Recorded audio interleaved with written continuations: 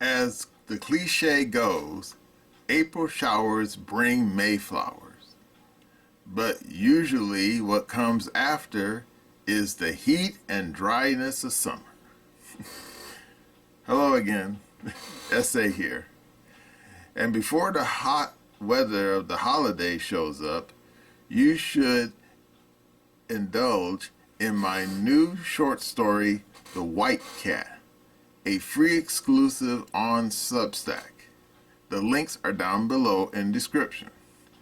Join Margot Thompson, a beautiful stage actress and recent widow who finds salvation in the form of a white cat during a night of terror. While checking out my oddball thriller, remember that my Glitch series is still available at Amazon and Barnes & Noble. The links are down below in the description. While you'll find my peculiar story about a white pussy entertaining, that doesn't mean I'm out of ideas. I still have more stories coming down the pike, so as long as I don't run into any mishaps,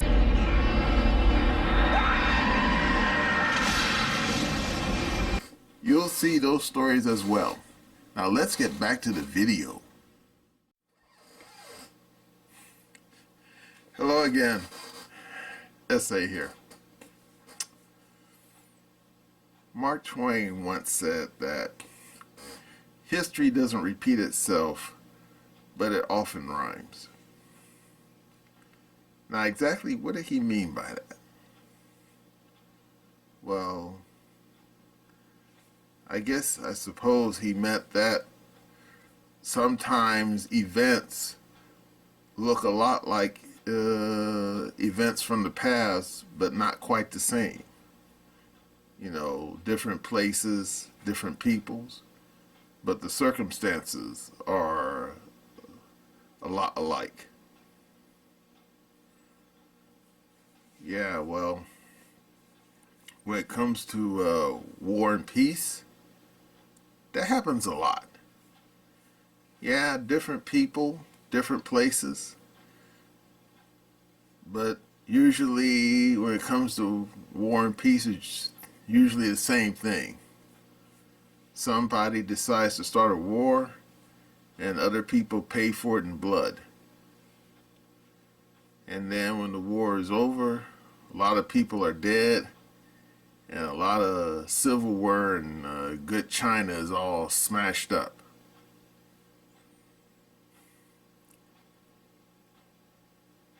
And in the last couple of 100 years, we've had a couple of real doozies of wars. Of course, the two big ones are World War I and World War II. And of course, anyone who's ever read The Guns of August knows how World War I started. Basically, you had a bunch of European potentates who basically were getting each other's last nerve. And they didn't know how to de-escalate. I mean, you had sort of like, was it Occam's razor? Where you had an established power, namely the English, and a rising power, namely the Germans. Two things happen. Either the established power bows out and lets the rising power take control, or the two end up in a fight. And I'm thinking, okay. But I think what's probably the difference between the First World War and maybe the old Peloponnesian War, or perhaps the old Punic Wars, you know, the wars between Rome and Carthage, is that in the case of the First World War, most of the European powers probably knew better, and yet they kept they got in this what they call escalation escalator, as the birds at Duran.com would call it. And indeed, those two Greek brothers, more than once had complained that when it comes to collective West, they don't seem to have a reverse gear. They don't seem to say, okay, this conflict isn't working, maybe we should try something else. No, they just keep escalating. And then, of course, anyone who's read, like I said, that old book by, I think, a woman's name, I think her name was Tutman, I think that's her name was, can notice that in those early weeks in August 1914, the various European powers could have de-escalated and say, hold on, wait a minute, what are we doing? No, they just kept escalating. I mean, yes, according to the history books, Franz Ferdinand did get himself shot, along with his wife, I might add. And the Serbian guy who did it clearly didn't deny the fact that he had killed the Archduke. But then that's when things went a little bit off the rails. I mean, the people in Belgrade didn't want to give the guy up. And in the meantime, the people in Vienna were hopping mad. And they had every right to be. And then, of course, the big powers stepped in. You know, the Germans on the side of Austria and the Russians on the side of Serbia. And that in turn drew in the Turks and the English and the French. And yet no one thought about, you know, asking the question, hey, wait a minute, what are we doing? And before anyone knew it, a world war started that resulted in the deaths of over 10 million people. Well, this video is not about what's happened in the past. This video is about what's about to happen right now. Now I'm going to show you a segment of a video from Clayton Morris, you know, at Redacted, and it's something you have to see to believe. Okay, now here's the video. Are you ready? Okay, here it is. Is Europe getting ready to send troops to Ukraine to fill in for those dead Ukrainians? Of course, we've been hinting at it here for quite a while with different experts we've had on our show who've been pointing that this might be the solution. Now, I point out that this is Europe we're talking about here, not NATO. Not NATO troops, European troops specifically. I know the lines can be blurry, but basically it'd be who's calling the shots here. And we can sort of absolve ourselves of the criticism of NATO if it's NATO not necessarily calling the shots. See how this works? And this is exactly what the United States wants as part of passing this $61 billion weapons package to Ukraine. By the way, Congressman Thomas Massie filmed this video, posted it on X. Now Speaker Johnson demanded he take down this video or he'll be fined. So this is the video after they passed it in the House where all these members of Congress waving little Ukrainian flags. Like, unbelievable moment here. Yes, the Speaker of the House, Mike Johnson, doesn't want you to see all of his minions waving Ukrainian flags. Well, specifically, the House Sergeant of Arms called for that. And on behalf of the Speaker. And the Speaker later clarified, actually, I don't think he'll be fined. I don't stand for that. He okay. later clarified, I don't agree with the fine. It will not be enacted. Well, so where that came from, who knows? Massie is not happy about it, though. He tweeted this. So who knows where it came from initially? Why would the Sergeant at Arms have a problem with this? Instead of fining Democrats for waving flags, the House Sergeant at Arms just called and said, I'll be fined $500 if I don't delete this video post. Mike Johnson really wants to memory hole this betrayal of America. I mean, regardless. Mike Johnson just sold out the American people. So frankly, it doesn't really matter where it came from. It came from that side. They don't want you to see that. This comes as we now know Ukraine is almost out of troops. U.S. military sources tell Redacted that the number of Ukrainian dead is close to 600,000 dead. Over 1 million people hurt. Now, when I say hurt, I'm not just talking about you got a flesh wound. I'm talking missing legs. Permanently maimed. Permanently maimed. Pain. Arms missing. Eyes missing. Ears destroyed. This 600,000 number is so frustrating because we could never get a real handle on what they had to begin with. Because earlier this year, Zelensky said, oh no, we have close to 1 million. They started with 200,000 or 300,000. Where'd they get them? Who's telling the truth? How many of them are actually hurt? They're keeping this from us for a reason, because if we actually realized that sending them more money meant more men would get hurt, have their lives destroyed, we would stop them. Moon of Alabama reporting that the United States will probably demand that Ukraine launch a new offensive as part of this massive weapons package.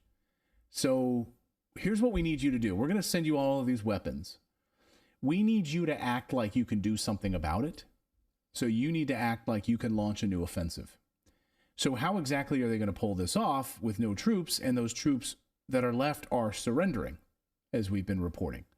Well, you don't use Ukrainians anymore. You use European soldiers to fight. Foreign Affairs magazine, which is an extension of the Pentagon and the deep state, is calling on Europe today to ready troops to deploy to Ukraine. Europe, but not NATO, should send troops to Ukraine to halt Russia's advance. Kiev needs more boots on the ground. So let's just go through this, because this is a paid article. And so, you can read like the first few paragraphs on your own, but I'm going to provide you with a lot of the context here so you don't have to pay for it. You can line your birdcage with this. A taboo has been broken, Foreign Affairs writes. Only a few months ago, it would have been inconceivable for European leaders to propose sending European troops to Ukraine. But on February 26th, French President Emmanuel Macron said the deployment of European forces to Ukraine could not be ruled out. Since then, other European officials have joined the chorus. The Finnish defense minister, Polish foreign minister have both suggested their country's forces could end up in Ukraine. These comments, combined with the existing support for such measures in the Baltic states, show that there is a growing bloc of countries that open to direct European intervention in the war. So Foreign Affairs, of course, like I said, a mouthpiece of the deep state. This is a lot of foreign policy decisions are born here, come out of here, and are executed from here. November, Europe will be Ukraine's only defender. European leaders cannot afford to let American political dysfunction dictate European security. They must seriously contemplate deploying troops to Ukraine to provide logistical support and training to protect Ukraine's borders and critical infrastructure, or to even defend Ukrainian cities. They must make it clear to Russia that Europe is willing to protect Ukraine's territorial sovereignty, accepting the dire reality of the situation in Ukraine, and addressing it now is better than leaving a door open for Russia to accelerate its imperial advance. Guys, if you're sort of sitting back thinking that this is not going to happen, and you're thinking that these NATO heads, these European heads, these war hawks in the Pentagon and in Congress are just going to allow Putin to move forward and capture Odessa, move past the Dnieper River, and permanently garrison those areas and turn that into full Russia, you've got another thing coming. They are not going to allow this. It is too valuable a resource area for the West that wants to use and steal those resources.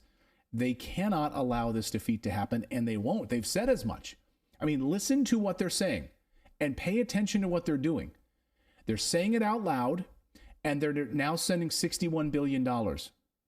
And they're already readying another $1 billion package on top of the $61 billion. This is not going to stop.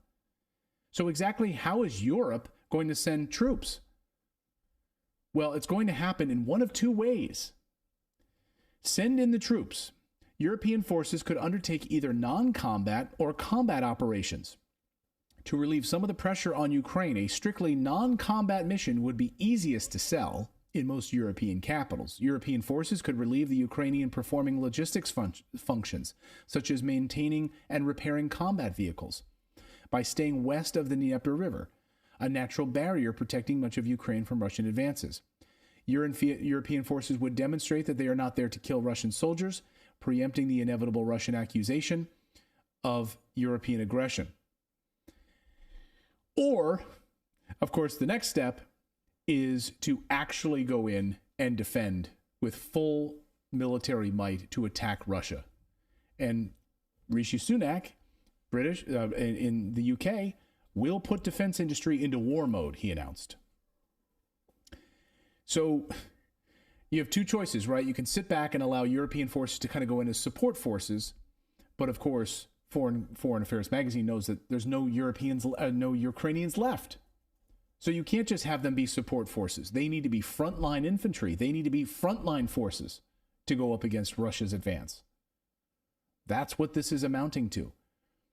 I mean, if you think for a second that these guys are going to accept some sort of a ceasefire and a peace agreement that doesn't have Russia going all the way back past the Donbass, all the way back into what was pre-war Russia, technically, I mean, they're not going to do that. They're absolutely not going to do that. Which is so frustrating because in the last 4 months, we've seen NATO leaders starting to say, well, we won-ish because Putin didn't take over all of Ukraine. So he just got that sliver.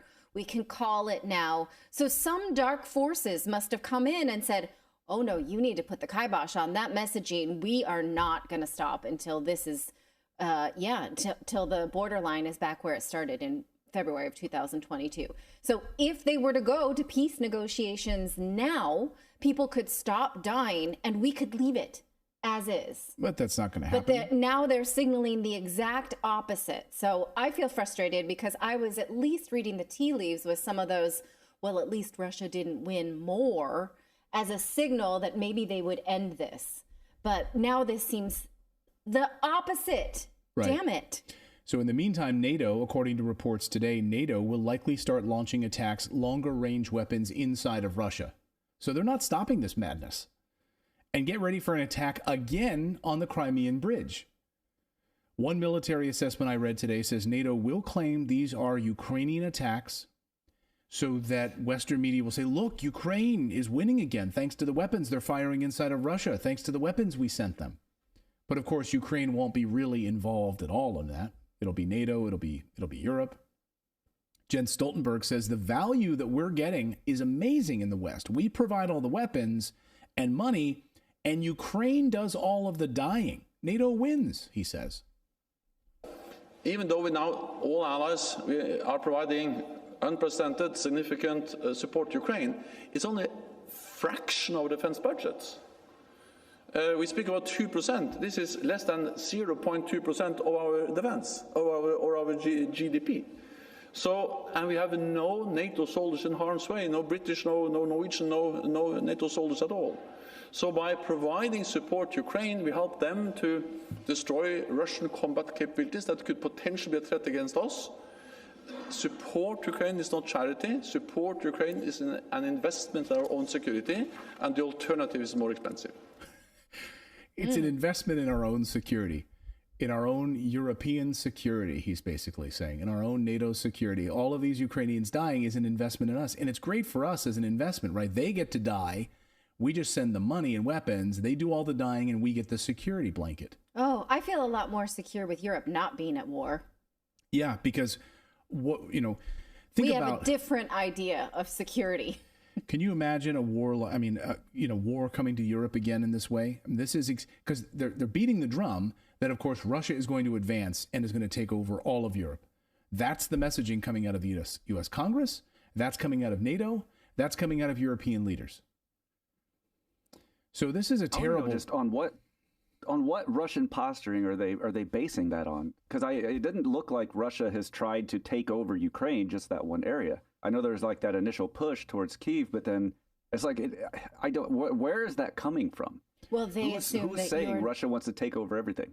Oh no, there are still people saying that. There's lots of people, former State Department employees. He means on the Russian side. Oh no, on the Russian side, where is Russia posturing that? That's what I want to know. No, he even where said are they getting that from Russia. I think even Putin in the interview with Tucker Carlson addressed that very issue. Right? So we have no intention of that, and it's all propaganda. Right? Yes, he specifically said that. But it doesn't even matter, right? It doesn't matter because they're telling you that this is their intention. They want you to believe this narrative. Craig King in our chat here in YouTube says, Clayton, I'm starting to think all the people like us who want peace must be crazies.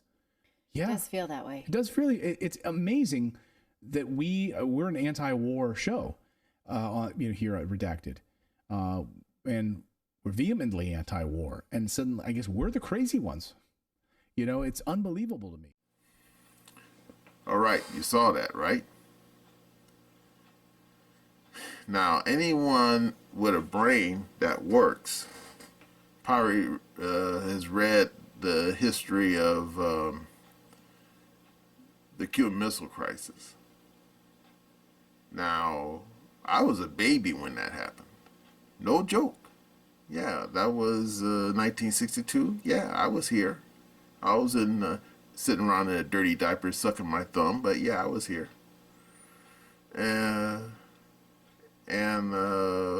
my mother, she told me many years later when they had this program on the TV. It was called The Missiles of October with William Devane and a very young Martin Sheen.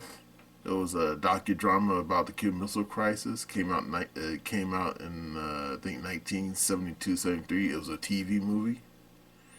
And my mom told me later on that period was probably the most scariest time that she ever lived through, because people thought nuclear war was about to break out. And remember, my mom, she grew up during during World War II. And she was an adult during the early days of the Cold War, you know, Eisenhower and whatnot. But yeah, the Cuban Missile Crisis, that was a scary time for her, because everyone thought that we were about to blow ourselves to smithereens. And indeed, in the aftermath of that war, Kennedy, to his credit, tried to get on the de-escalation escalator. And Khrushchev, the same thing. And even after those two guys checked out for a variety of reasons, LBJ and Nixon, they continued to try to de-escalate things. But unfortunately, the people who are running things now,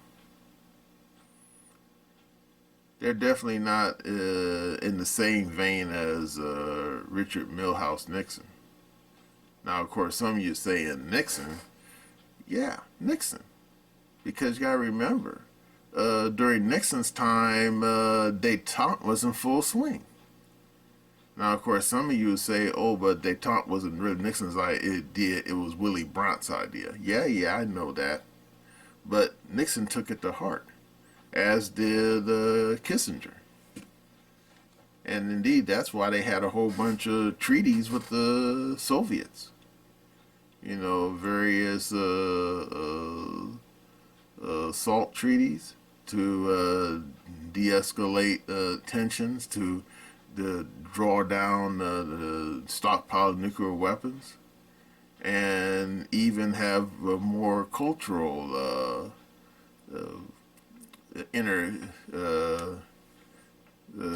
exchanges. I mean, people tend to forget that the Apollo-Soyuz mission from 1975, that was originally arranged under Nixon. Yeah, stuff like that. But what's going on now? It's just the opposite. Indeed, and the funny thing is, it wasn't really, and this thing didn't start in a vacuum. Indeed, it started, this escalator with the people in Moscow currently. It started around Obama's second term over Ukraine. And now some of you, your eyes are glazing over and said, oh, please, again? Yeah. But please, let me make my point.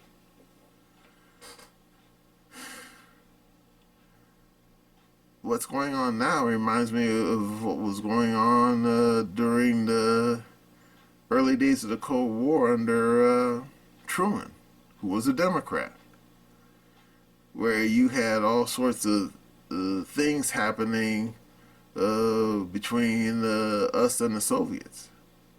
I mean, for example, if you're at the history, you probably remember about the Berlin airlift. Yeah, well, why do you suppose that happened?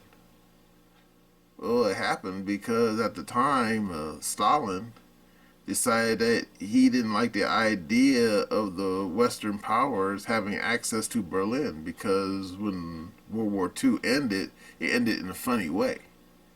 The Soviets, they surrounded Berlin and captured the city. But then, I guess as part of the Yalta Treaty, the other Allied nations, primarily the Americans and the English, were given a sector inside Berlin to patrol. But if you looked at the maps right after World War II ended, the maps looked really weird, because the Soviets, their lines had moved a good 60 miles west of Berlin. And yet, despite that, the Soviets were giving the Americans and the British access to the old German capital. And I guess giving the Americans and the British access to the city was becoming a sore point for the Soviets, and I guess they're trying to use brute force methods to basically force the Americans and the English out. But despite their best efforts, the Americans were undeterred, because the Soviets didn't try to shoot down any airplanes that were flying in and out of the city. Yes, they blocked the land access, but they couldn't fly in. That's why they called it the Berlin airlift. And then there was other tensions as well that eventually led to the Korean War, which also happened under Truman. But then when Eisenhower got in there, he tried to slowly wind down tensions with the Soviets. Indeed, people probably tend to forget nowadays that Khrushchev was probably one of the first Soviet leaders to come to the United States during the 1950s under Eisenhower. But then when you jump back to the present day, it seems like first under Obama, and then later under Trump, and then under Biden, the tensions between us and Moscow just start escalating more and more. And the primary catalyst was Ukraine. First you had the overthrow, and then you had the fighting in the Donbass, and then Trump tried to de-escalate but wasn't allowed to, because the deep state had his balls in a vice, metaphorically speaking. And then Biden gets in there, and he just then cranks up the escalator up to number 11. And then you have a full-scale war in Ukraine. And now, as you saw in that Clayton Morris video, now they're talking about sending soldiers. Now they sitting there, and of course, when you recount what that is, that article that Clayton Morris read, whoever that clown who wrote that clearly isn't thinking. I mean, I can understand his mentality, thinking that if they put a bunch of French, British, and I guess German soldiers along the Dnieper River in Ukraine, that the Russians won't cross that line. Sort of like in Korea, after the armistice, or I should say ceasefire. Never actually had a peace treaty in Korea, but anyway. But of course, when you look at the Korean situation, they did have a sit-down meeting, and they did have a ceasefire, and they did have a demarcation line, the 38th parallel. And to this day, for the most part, neither people in Pyongyang nor people in Seoul have crossed that line in a real way. But over in Ukraine, the situation is completely different. There is no agreement. I mean, no one sat down with the Ruskies and said, okay, let's divide Ukraine and make the Dnieper River the dividing line. I mean, nothing's been like, nothing has been, no agreement's been made like that. So the person who wrote that article that Clayton Morris was reading, what makes him think for even a nanosecond that if you take a bunch of European soldiers from NATO, and put them along that damn river, that the Russians ain't gonna cross that river? I mean, what makes them think they won't? That's gonna stop them? It won't. Now, of course, some of you are thinking, oh, well, Putin, he's a dreaded dictator. He wants to conquer all of Europe. No, no, no, no, no, no, no. No. No. Yes, he's authoritarian. I'll give you that. But conquer all of Europe? Oh, be quiet. I mean, the guy's no Genghis Khan. He's certainly no Adolf Hitler. Not even a Napoleon, okay? But when you look at what happened during the First World War and look what's happening now, you can see what we're headed towards. I mean, what do these Europeans think is going to happen if they put their soldiers on the Dnieper River and then the Russians drop one of their Kinzhal hypersonic missiles right on top of them, blowing them all up? What are they going to do then? Yes, precisely. I don't think they thought that far ahead. These people obviously are thinking stupidly that, oh, if they put a bunch of their soldiers with a little English and French and German flags up there, the Russians ain't going to attack them. And I'm thinking, what makes you think that? Huh? As far as people in Moscow are concerned, they're fighting you guys right now. That Ukraine is nothing more than a sock puppet for these NATO countries. So of course they're going to drop a bomb on you. And then what are you going to do?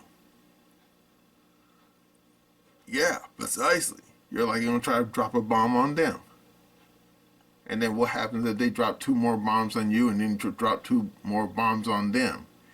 And then, of course, you call in reinforcements, and then the people in Moscow call in reinforcements, and before you know it, some damn fool in some damn bunker is pushing a big red button. Yeah, precisely.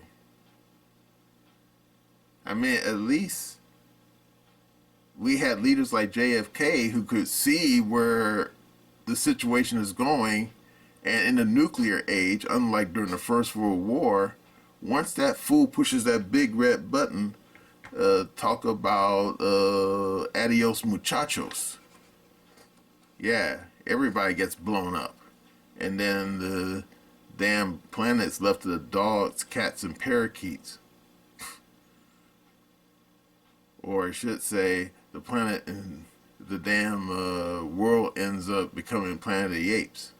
And anyone who saw that film knows what the hell I'm talking about.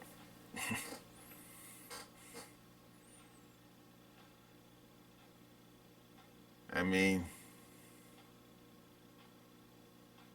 you just can't understand what these people are thinking. I mean, don't they realize if they actually do what they propose doing, it will start a world war? Don't they know that? And the fact that the people in the Atlantic Council don't even want to talk to the people in Moscow makes the situation extremely dangerous. Because back during the Cuban Missile Crisis, at least Bobby Kennedy, John JFK's younger brother, at least he was secretly going back and forth with handwritten messages to the Soviet embassy late at night. That way the deep state didn't know what they were doing, quietly negotiating with the people in Moscow. But guess what? Do you think someone is quietly right now going between old Sleepy Joe's White House and the Soviet embassy, passing little messages back and forth? Do you really think that's happening right now? No. And no, The people in Berlin, the people in Paris, in London, they're not passing little messages to Moscow.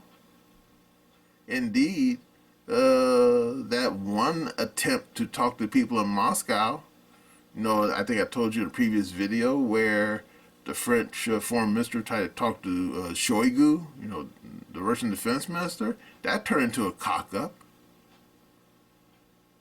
I mean, I think people were practically yelling at each other. And then, of course, I think I told you in a previous video, Olaf Scholz, the clown who's running Germany, he went to the Chinese trying to have the Chinese intervene on their behalf, and the Chinese said, "No way, Jose." In other words, there's no, what they used to call in the old days, back channels where the two sides are talking to each other quietly. It's not happening.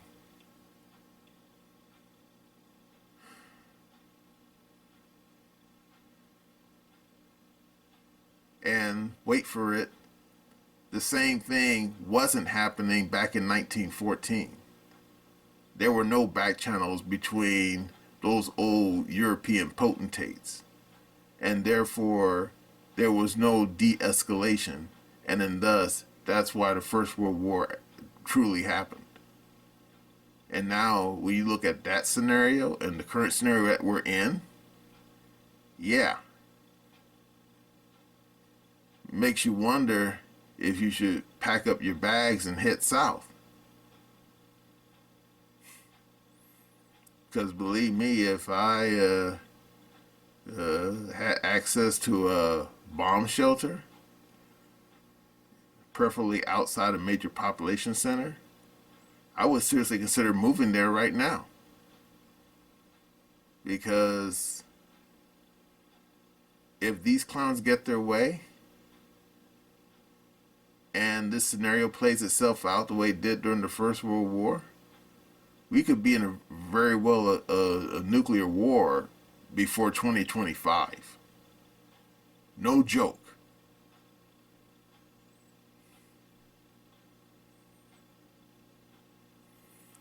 Except, unlike after the First World War, there'll be nobody left around to write our epitaph. Yep.